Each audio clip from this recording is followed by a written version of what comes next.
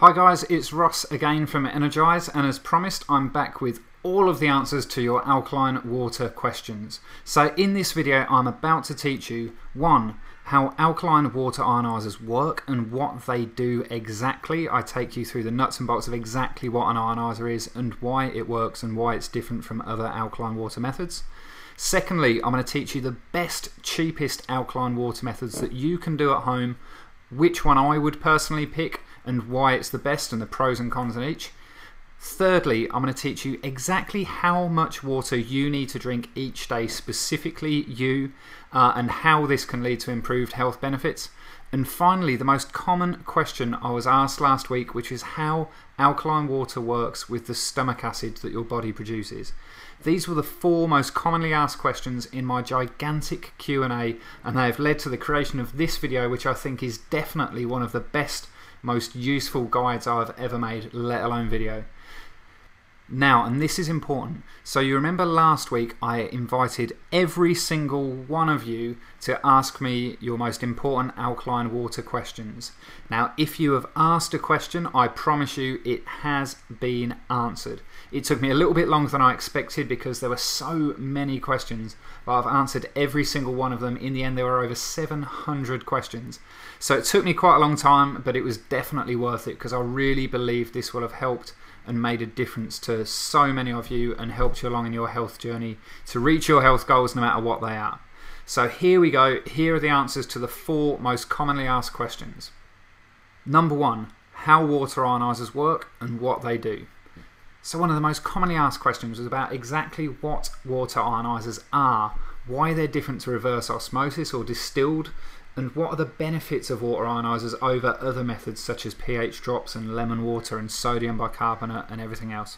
Now, I could spend all day talking about this, but I want to keep it concise. It's a really important question. It's a question that I had for many years before I dived deep into alkaline water. I had no clue what a water ionizer was or why it was any different from RO or distilled or just using pH drops. So I want to give this some focus, but I want to keep it concise.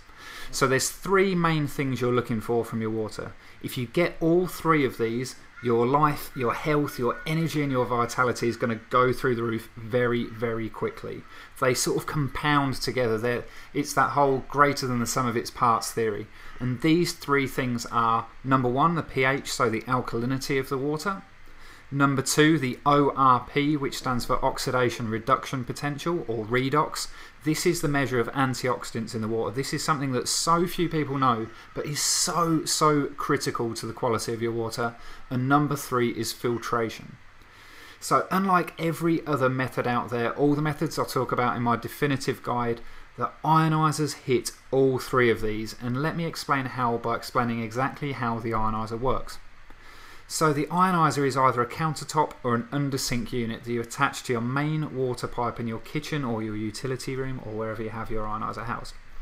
If you've got a countertop model, it attaches directly onto the tap. There's a diverter that just screws directly onto the tap, and yes, you can still use your tap as a normal tap. That's what everybody asks me. There's just a little black lever that you can switch between using it as a normal tap or using the ionizer. That's an aside. If you've got an under sink unit, it's plumbed underneath your sink directly onto your main water pipe, and then the water comes up through a new faucet that you install on your kitchen sink. So the water either comes through your tap or it comes through your mains pipe and into a faucet via the ionizer. Now immediately as soon as the water goes into the ionizer, it is filtered, and this gets rid of most of the stuff you want to get rid of. Things like bacteria or mold, fluoride, chlorine or chloramines. But importantly, none of the beneficial alkaline minerals are filtered out, and that's because they're a much smaller molecule size. So they pass through the filter, and all the nasties that you want to get rid of, they get trapped by the filter, much larger molecule size. From there, the water then passes over the main event. It passes over the plates in the ionizer, and this is the really clever part. Once the water enters this section, it has a really specific low voltage electrical current pass through it, and this causes the soluble minerals in the water to be attracted either to a positive pole or a negative pole. And when this happens, the water separates into acid and alkaline. This is the ionization process. And we drink the alkaline water and we use the acid water externally for skin, for healing, for plants, for disinfection. There's so many uses for the acid water. In fact, there's a guide right below this video that explains all of those uses for the acid water. It's quite incredible. I personally love my ionizer as much for the acid water as the alkaline. So this process that is on the screen now shows how the water is separated into H positive, which is the acidic water, and OH negative ions, which is the alkaline water. And this electrolysis process is also what's responsible for giving you the huge antioxidant content of the alkaline water and for microclustering the water. So that's quite scientific, but to keep it simple, basically it's number one, the water is filtered, number two, the ionizer splits the water into two, and number three, out of one tap then comes the alkaline ionized water, and out of the other tap comes the acidic oxidized water. So the big benefit of this, and going back to those three things I mentioned up front that you need for optimal health from your water, you get number one, you get the alkaline pH water. Number two, you get the negative ORP water, you get that antioxidant rich water. Number three, the water is super filtered. Now an extra benefit that I just touched on quickly there is the microclustering. There's a huge scientific bit behind that, but it basically means the water is up to 8 times more hydrating than tap water or bottled water. And this microclustering also means that if you're using supplements like green drinks or alkaline minerals, they'll be even more effective as the water can carry them deeper into your cells and make sure that they're absorbed optimally. Now in comparison, reverse osmosis water gives you really good filtration. It filters absolutely everything out of the water completely. As much as you can possibly say something filters everything, reverse osmosis is a fantastic filter, but it leaves you with an acidic pH and a positive ORP. Now the positive ORP is so important here. It basically means it's oxidizing to the body, so it creates free radicals. Now I don't want to go into a huge piece about what antioxidants are and what free radicals are, but we've all heard of them. We know free radicals bad, antioxidants good, so you don't want to be drinking 3 to 4 to 5 litres of water that is oxidizing to the body. You want that water, it's the most volume of anything that you put into your body on a daily basis, so you want the quality to be high and you want it to be beneficial. Distilled water is exactly the same, so it gives you good filtration, but it has an acidic pH and a positive ORP. The other thing that I'm not particularly keen on with reverse osmosis in distillers is the amount of waste. They probably both waste about 50 to 60% of the water that goes through them. They're just literally that water goes down the drain. So on all 5 of those counts, the ORP, the pH, the filtration, the microclustering and the waste, the ionizer for me really is the way to go. So that brings me really nicely on to question number 2 actually, which is the best cheap alkaline water method. So the cheap alkaline water methods are lemon water, adding bicarbonate of soda or other minerals to the water, or using pH drops. And I'll go through each of these individually very quickly now and then summarize, because again I want to keep this quite clear and concise for you. Firstly, lemon water, which is basically lukewarm water with lemon squeezed in. I usually squeeze about 1/3 of a lemon for every 500 ml of water that I drink, which is roughly about a pint in English terms. And it works because although the lemons are a citric acid, something I'm asked all the time, they actually have an alkaline effect on the body once consumed. And this is basically because they're an extremely low sugar fruit. So there's almost none of the sugar in there that you get with other fruits, but they contain a high concentration of alkaline minerals. So once you ingest the lemon water, the body uses those alkaline minerals and it has an alkalizing effect on the body. And that's an important distinction, because with all foods and drinks, we're not talking about necessarily whether they're alkaline or acid, because that implies their natural state. Of course, lemons are acid in their natural state, but we're talking about the effect they have on the body. So lemons have an alkalizing effect on the body, and that's because generally, again, with foods and drinks, it's all about the mineral content of the food. So with lemon water, you do get a nice, slightly alkaline effect. I really like to do this personally first thing in the morning because I believe it's really cleansing. It tastes great, it gets the metabolism started, and I think it's really good for the digestive system. But I only do it once, and I only do it in the morning because lemon water just doesn't have a strong enough alkaline effect for me, and adding more lemon doesn't help either. And if this is all you're doing to get your alkaline water, it's also worth bearing in mind that you're not actually getting any filtration benefit or any of the really important ORP benefit, especially if you're mixing lemon into tap or bottled water. So you're only really getting a tiny fraction of the benefit that you can get if you used an ionizer or some of the other methods. It's great first thing in the morning, but it's probably not an all-round solution. Secondly is using baking soda. Now, using baking soda is similar to the lemon situation before, except the alkalinity is slightly stronger.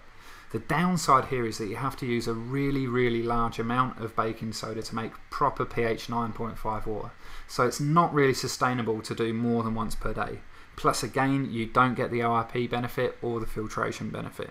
So if you do this one, make sure you only really do it once per day. If you did it more than once per day, you're probably going to be getting really a far too high concentration of that one specific alkaline mineral of the sodium bicarbonate every day, because honestly you have to use quite a lot per glass. And if you did this for 4 litres of water per day, you'd really be getting way too much sodium bicarbonate per day.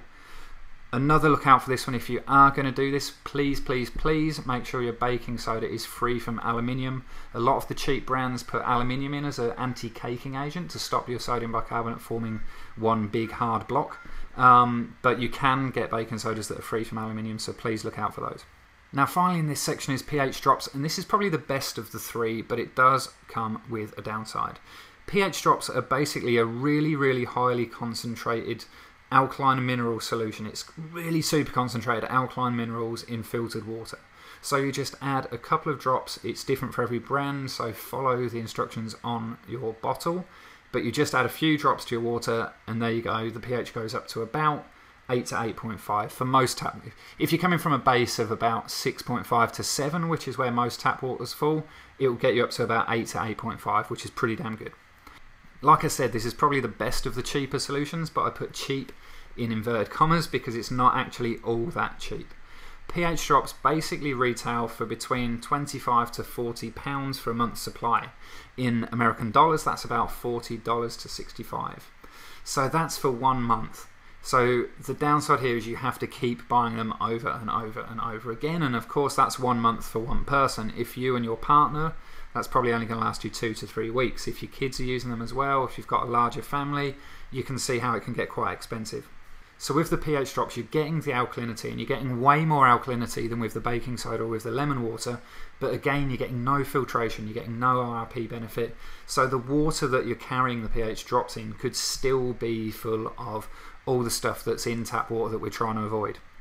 Now this cost is quite interesting because this is principally why I set up an instalment plan for the ionizers. I tried as hard as I could to get it so that the ionizer instalment plan per month matched about the same as the pH drops would cost per month. So with an ionizer you're getting all of those extra benefits for about really the same per month as you're paying for pH drops, and that's even if there's only one of you using it. And with the ionizer, of course, you get the antioxidants, you get the filtration, the microclustering, and the acid water and everything else. Plus it's just on tap. So it makes it really easy. In fact, and let me reframe that, it makes it really impossible to forget to have it because it's right there on your tap. So of the 3 methods, ideally I'd say go for the pH drops. If you can't afford an ionizer right now, go for the pH drops. Try to filter the water somehow as well. Don't just settle for tap water and pH drops if you can avoid it. If you can't afford the pH drops, the baking soda or the lemon water, maybe 1 each per day, don't mix them together. And again, I just want to reiterate that just squeezing more lemon in, adding more baking soda than the teaspoon, or putting in extra pH drops in isn't going to work. It just doesn't work like that. And an extra special mention to please follow the instructions on the pH drops bottle. Do not add more than is stated on the bottle. It just gives you no benefit, and it does give the negative. It will make you feel nauseous, it will make you feel sick, it will make you feel lightheaded, it could lead to detox symptoms. Ultimately these are highly concentrated drops and you should only use as stated on the bottle. Okay, so the third question that was most commonly asked is how much water you should drink each day. Now, this is quite an easy one to summarise, but there are some levels of detail that I can go into really quickly that will make this way more accurate and way more useful for you. So generally speaking, if someone just stops me and asks me how much water should I drink each day, I say try to drink at least 3 litres per day, up to about 4 to 4.5 per day. This is a safe range. It's a great range. If you can get to that much, you will notice the benefit literally straight away. Most people, and I know that all of you guys out there watching this are not most people because you're way more advanced than the general public, but most people would be getting by on about a litre of water per day max. I think a lot of people I know literally just don't drink any water. It blows me away. But I know that even you guys that are watching this video now would probably be thinking that 2 litres would be about right. 3 litres sounds like a lot. 4 litres sounds unbelievably difficult. But let me just tell you that it's all about habit. It's really, really easy to build up to. Don't go from 1 litre a day to 4 litres a day in one day. That's just crazy. You'll never do it. You'll be in and out of the toilet more times than anything else, and you'll never get anything done. So build up slowly. Add an extra glass or an extra 500 millilitres every second or third day. Over the course of maybe 10 days, 2 weeks, try to go from wherever you are now to about 3 to 3.5 litres. Then take your time, step it up then to 4 litres, 4.5 litres. It's so much easier if you take the alkaline diet step by step, and this counts for every element of the alkaline diet. With food, don't just go from whatever you're doing now to trying to be perfectly alkaline all at once. Take it step by step. Add some extra green foods in each day. Try to cut out one of your vices each week. It just works better that way. People that try to be perfect from day one generally don't succeed with the alkaline diet, and that's the same with water and hydration. So to make your daily hydration schedule a little bit more specific, here is a calculation that I use. It's widely accepted within the health community. It works well for me, and that is 1 litre of water per 18 kilograms of body weight. So if you weigh about 80 kilograms, then you drink about 4.4 litres. This allows for you, if you're a little bit heavier or if you're a little bit lighter than the average person, it allows you to optimize your hydration goal a little bit more specifically. And then the final level of detail that you can add on top of this is how much sweat-inducing exercise that you do. So basically this is really simple. You just want to add an extra 8 to 10 fluid ounces, which is about 300 mils of water for every 10 to 15 minutes of exercise that you do. And try to do this throughout your exercise as well, but don't swig, sip, always sip during exercise. And that's basically really simple. You don't need to be specific with that. You don't need a measuring jug or anything like that. Just add a glass of water for every 15 minutes of exercise that you do. And there you go. I hope that makes it really, really easy for you to follow. Now, the final question is a little bit more scientific and a little bit more tricky, but it was asked over and over again in the Q&A. This was actually probably the most asked question, which surprised me a bit, but it was great because it's a question that I love to answer, and if I find a question that you guys ask me a lot, I know it's important. So here we go. It was basically asked in many different ways, and it is this: if the stomach is full of acid, won't the alkaline water be neutralized as soon as I drink it? Like I say, it was asked in loads of different ways, but the answer is basically the same, and you can get the gist of what the question is getting at. So basically, the stomach produces hydrochloric acid or gastric acid on demand, and it produces it on demand to help digest the acid-forming foods that we eat. So when we eat acid-forming crap foods, the stomach produces as much hydrochloric acid as it needs to digest that food specifically, and then it goes away. So if we consume healthy alkaline foods, it basically doesn't need to produce the acid. Now, when the acid is produced, the body then needs to neutralise this acid. So it creates sodium bicarbonate and other alkaline minerals to neutralise these acids. And this is the problem of eating too many acid foods and why leading an acidifying diet can cause so many issues. Because we've only evolved with a tiny, tiny alkaline buffering system that was based upon our pre-modern diet. So this buffer is now stupidly too small compared to the modern Western diet. There just isn't enough of a buffer to neutralise all these acids that we're consuming.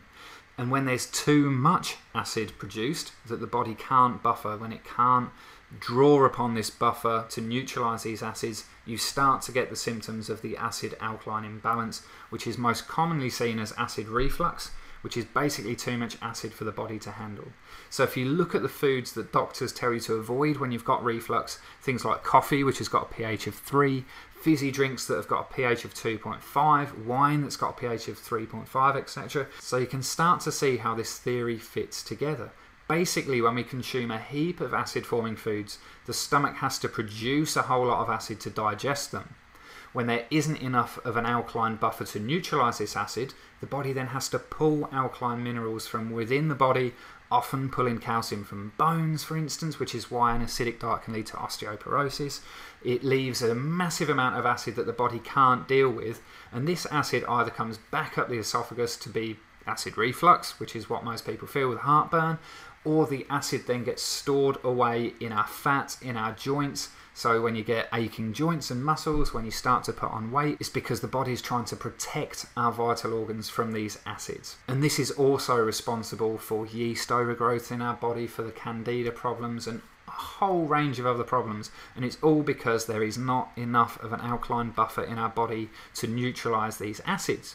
So the benefit of the alkaline diet isn't necessarily because you're putting lots of alkalinity in and the body loves alkalinity. It's because when you put that alkalinity in, the body doesn't have to buffer it. It doesn't have to do anything with it to get rid of it. And of course, the alkaline foods are all healthy foods like vegetables, salads, nuts, seeds and oils and alkaline water and all those healthy things that you know are good for you, whereas acid foods are all unhealthy foods. There aren't any healthy acid foods. It's things like sugar, chips, pizzas, crisps, chocolate, alcohol, caffeine, trans fats, cigarettes, all those things you know are bad for you are acid. So again, that compounds on top. It doesn't just create all the acid that can't be neutralized by the body, but it hasn't got any goodness. It's got all the preservatives, it's got all the sugar, it's got all the things that you know are going to clog your arteries, lead to massive health complications. And so please, please, please eat alkaline. At least 70% of your diet alkaline, drink alkaline water, exercise, meditate, stay stress-free, live an alkaline lifestyle. So I hope all of this really, really helps. This has been such a journey for me over the last week answering all these questions.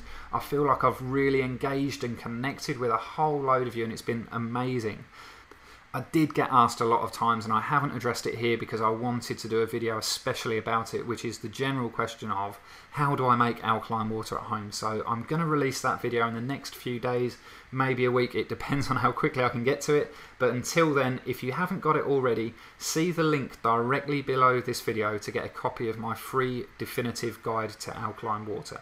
It basically goes through every alkaline water method, the pros and cons of each. It's got a hydration cheat sheet. It's got how to remember to drink enough water, which types of water bottles are the best. Everything you need to know about alkaline water is in that guide. So until then, if you enjoyed this Q&A, please click on the Facebook like button below this video, and please share it with your friends and your fans if you've got a Facebook page as well. It means the world to me. Thank you so much for participating. It's been a great adventure, and I really, really hope to connect with you again soon.